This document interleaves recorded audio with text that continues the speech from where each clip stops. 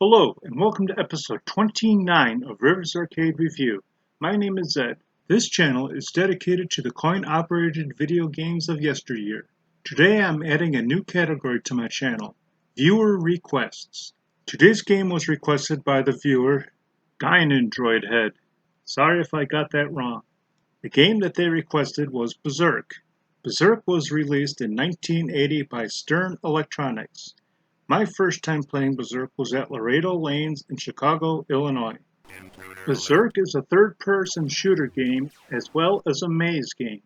You control a humanoid with an 8-way joystick and a fire button. Touching the walls will cause the loss of a life. The object is to shoot as many of the robots as you can before exiting the maze. Intruder alert, intruder alert. The maze has random wall placements along with 4 exits, one on each edge of the screen. When you exit the maze, it will scroll off the screen and you will begin at the opposite side on the next maze, although the exit will be blocked. The only time you will have all 4 exits open is when you begin a new game or after you lose a life.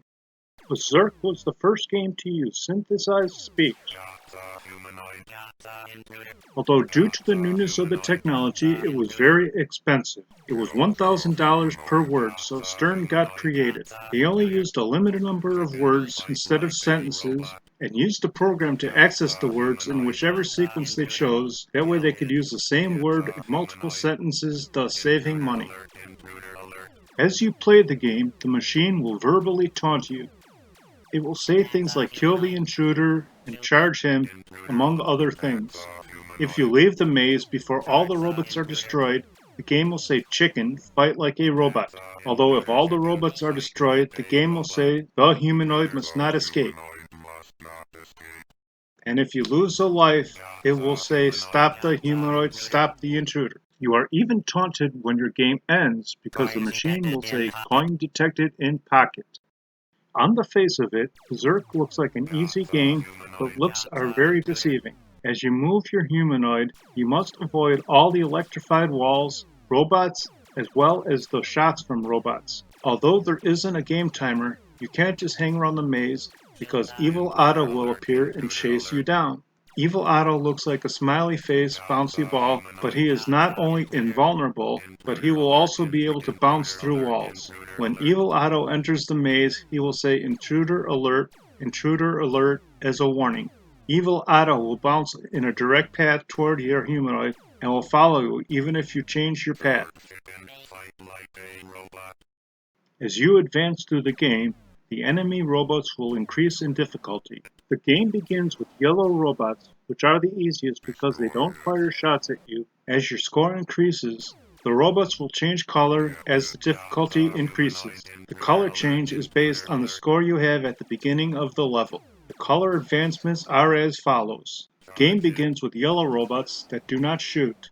Once you reach 300 points, the robots turn red and can have one shot on screen at a time. Once you reach 1500 points, the robots turn blue. They can have 2 shots on screen at a time. Once you reach 3000 points, the robots become green, and they can have 3 shots on screen at a time.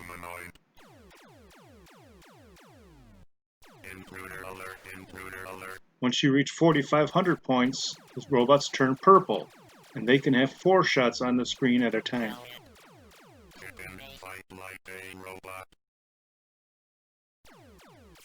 Once you reach 6000 points, the robots are yellow again, and they can have 5 shots on the screen at a time.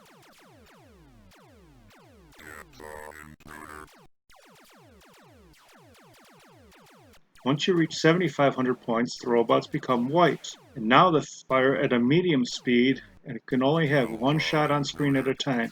These shots seem fast, but they are not fast compared to the highest speed.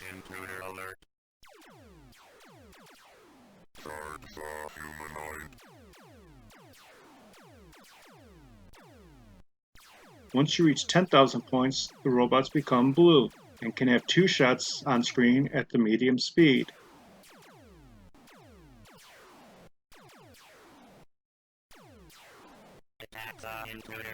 Once you reach 11,000 points, the robots turn purple and now can have 3 shots on screen at the medium speed. Intruder alert, intruder alert.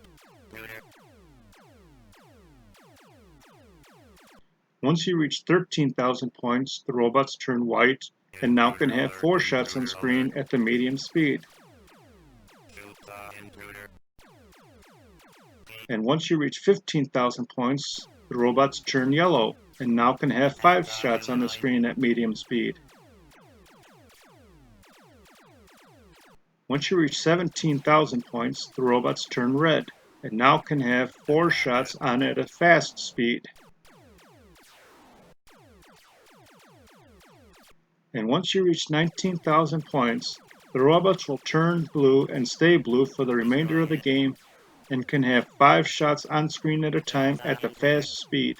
This game has multiple ways to lose a life: running into a robot, getting shot, running into a wall, being hit by Evil Otto, and even running into a robot shortly after it has exploded.